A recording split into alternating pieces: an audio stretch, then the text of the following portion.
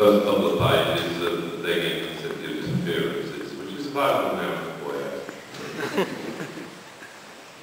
Disappearing, disconnecting all the visual cues that advertise the presence of a mind, the self that's here somewhere, already here. One way this may be accomplished, a technique is previously playground bully tested, is by standing still, ideally in some liminal location in some threshold area, sheltering wall that edges the schoolyard.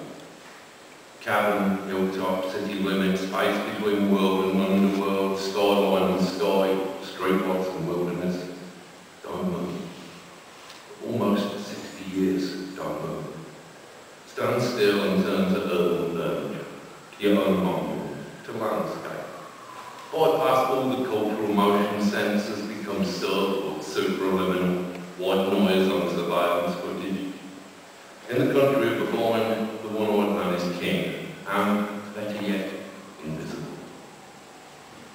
Steve Moore sat in the armchair opposite his bed with ballpoint pen and notepad, spiral bound, neat sloping capitals, each line a blue cube leaning forward, barely masking their impatience as the book crammed through around him, pales unnoticed into dust there on the top of Shooter's Hill.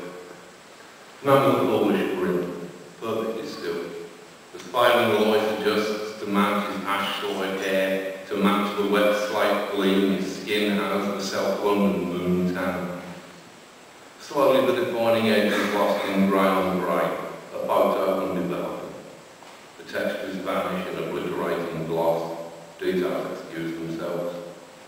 Fine wrinkles spreading from the corners of his eyes, curved up around the brow, curved down around the cheekbones, face like a magnetic field.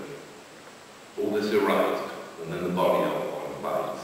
The slight frame conspired with posture to seem even slighter, basically an Adam's apple in its support system. Melted, gone into the darkening of the cosy room, the man hutch with its pagan icon above. Finally, the only light is this of the metropolis. The great black garden with a million flowers on fire spreads supine and magnificent below his rear, north-facing bedroom window. This is moonlight.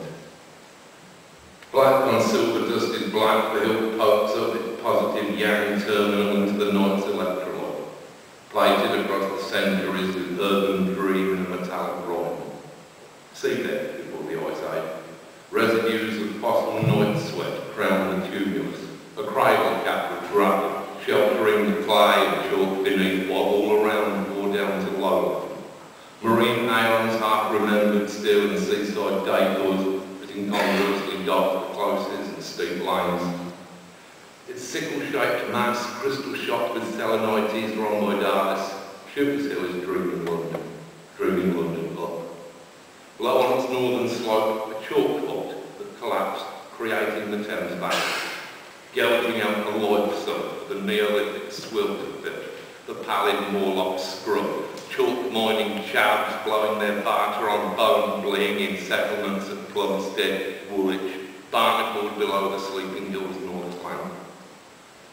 Part of a queasy hypnagogic swirl erupting from its moonstone synapses, the Stone Age shacks and bases flow like liquid, an accelerated morph seen through its geological perspective, turning into Bronze Age fishing villages and Trinidad squints. Riffraff gets buried under middling heaps of blackheath. Kings and chieftains in great mounds up on the hilltop, sacred bulges on the hunched horizon. 5 of these were flattened when they built the Lang estate in the late 1930s, but still one remains, a railed off and brassed over hump there at the junction of Plum Lane and Brinklow Crescent, sole surviving guide of Shooter's Hill, and also dreaming underneath the yellow weeds. Down on the far side is the boundary where the dream ends. Ken begins, London disappears. Back in the bedroom of the house where he's lived all his life, Steve Moore lies facing shelves of King reference volumes, fast asleep on his right side so as to soothe that faltering gurgle in the ventricles. Not half a dozen paces from the spot where he was born. Close to his face, on a book bare leg, stands framed the gem-like miniature he painted during April 1989, a portrait of Selene, Greek moon goddess, moon herself, naked and white, the same stippled coat, the eyes and lips that seem to move beneath the glass, fogged by a silvery aerosol, is every nightmare. There beside the picture rests the notepad and the ballpoint pen. Waiting to dark or dawn stone blue, he'll scrawl his dreams down, keywords, phrases, image prompts for later when they'll be typed up in full and added to the ring-bound stack, the log of an alternate life meticulously kept for more than 30 years, with earlier entries dating from his childhood. Messages from otherworldly scientists with winsome daughters on the planet Unisector full. Faint tremors in balloon spin, oily skin, betray the alien jostle taking place below the nightline. Skimming frictionless, his shoe soles half an inch above the paving slabs, he slips through lamplit streets, disturbing analogues of those he grew amongst, walks to this day. To lift the plain black cover of a dream file is to fretfully peel back a rectangle of tarmac from the skin of the locale, exposing a new stratum, laying bare a shadow neighbourhood beneath and making audible the creepy chat of shadow neighbours, ghost train gossip, twilight ideologies. He dreams the hill with different weather and new cellars, giant roses hanging in the night sky over Plumstead or pellucid covered markets under Blackheath. The unnerving day-deserted cul-de-sacs and the 8,000-year-old woodlands just across the humming road become the sets of strange pre-title sequences for Lost Avengers episodes. Diana Rigg, dead relatives and Hong Kong action movie stars move purposeful and sinister through semi-detached situations under lead skies.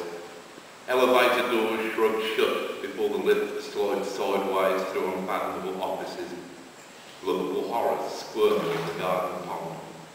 He takes a shit on the top deck of a 486 bus labouring towards the crest. Sees roadside excavations of unearthly marble, massive buried architectures in a style he knows from somewhere, Greek or Babylonian Art Nouveau. He dreams of Goatman, small and black, lounging insouciantly atop the back path's midnight hedge. He dreams his room. He dreams the 3 by 5 inch portrait of the goddess within misting distance of his slumbering lips. He dreams the hill dreams London.